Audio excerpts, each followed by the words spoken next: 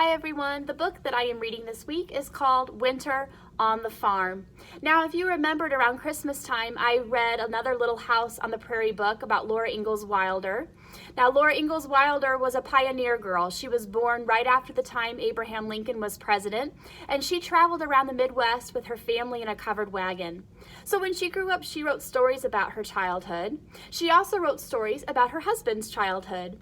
So this guy's name is Almanzo, and when he grows up, he marries Laura. So we're going to see how Almanzo spent his winter days on the farm.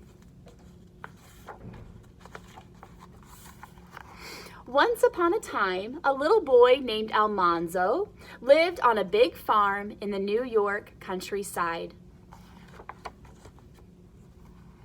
Almanzo lived on the farm with his father, his mother, his big brother Royal, and his big sisters Eliza Jane and Alice. It was winter time on the farm, and the air was still as ice.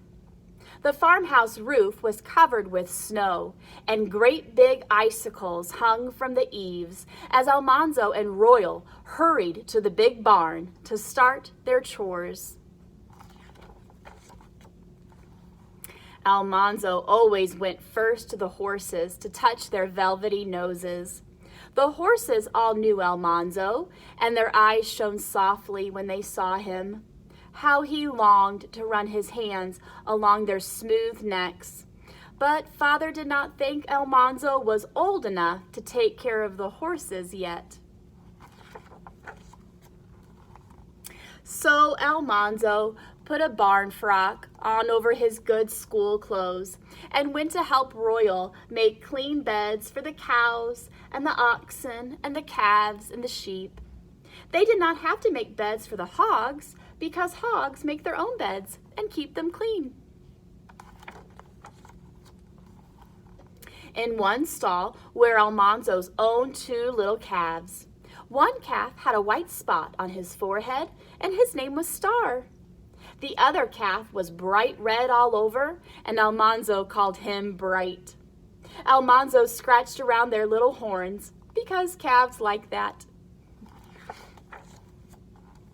Next, it was time to do the milking. Almanzo took his own milking stool and sat in Blossom's stall to milk her. Swish, swish. The milk streamed into the pail, while the cows crunched their carrots and the barn cats purred. After Almanzo was finished, Father said, "You're a good milker, son." Almanzo kicked at a straw on the floor. He was too happy to say anything. Almanzo and Royal waited while Father took the shining tin lantern and made sure that everything in the barn was snug for the night. Then they walked through the cold night to the house. Almanzo was glad to get into the warm kitchen. First Father, then Royal, then Almanzo took turns washing up at the wash basin. When he was done, Almanzo parted his wet hair and combed it smoothly down. The kitchen was full of skirts swirling all around. Eliza Jane and Alice were hurrying to dish up supper, and Mother was straining the fresh milk. The salty brown smell of ham frying was making Almanzo very hungry. Finally, Mother brought the big platter of ham into the dining room, and supper was ready. Father filled all the plates with food. Almanzo's plate was the very last one to be filled. Almanzo ate the sweet baked beans and the salt pork. He ate the boiled potatoes and the gravy and the ham. Then he ate the bread and butter and the mashed turnips and the stewed yellow pumpkin.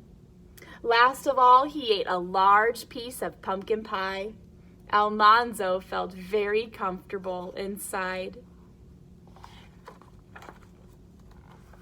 After supper, father brought a big pitcher of cider and a pan full of apples up from the cellar, and Royal popped some popcorn over the coals in the iron stove.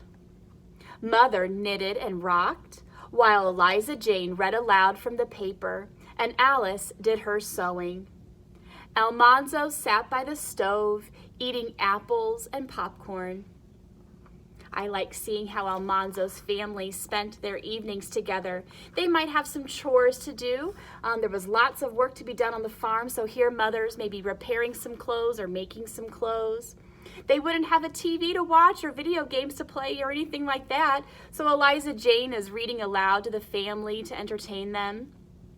Of course, here Royal is popping popcorn over the stove. They didn't have a microwave to pop popcorn in.